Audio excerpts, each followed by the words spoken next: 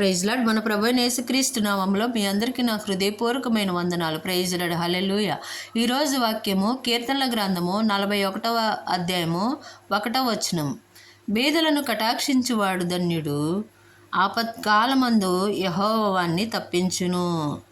అదే కీర్తనల గ్రంథము 41వ అధ్యాయము 2వ వచనంలో, యెహోవా వానిని కాపాడి బ్రతికించును, భూమి మీద వారు ధన్యులగుదురు. వాని శత్రువుల ఇచ్చకు నీవు వారిని అప్పగింపవు.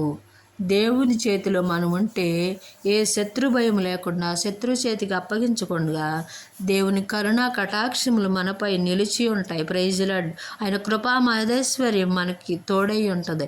ఆయన హస్తము మనకి తోడుగా ఉంటే ఎలాంటి శత్రు భయము ఉండదు. ఆయన కుడి హస్తం హద్దుకుని ఎడమ చేయి తల కింద ఉంచి ప్రతి నిమిషానికి ఆయన నీరు కట్టి ఆయన ఫలభరితంగా మనల్ని మారుస్తాడు. Praise lord. హల్లెలూయా. అట్టి కృప దేవుడు మనకు అనుగ్రహించును గాక. ఆమేన్.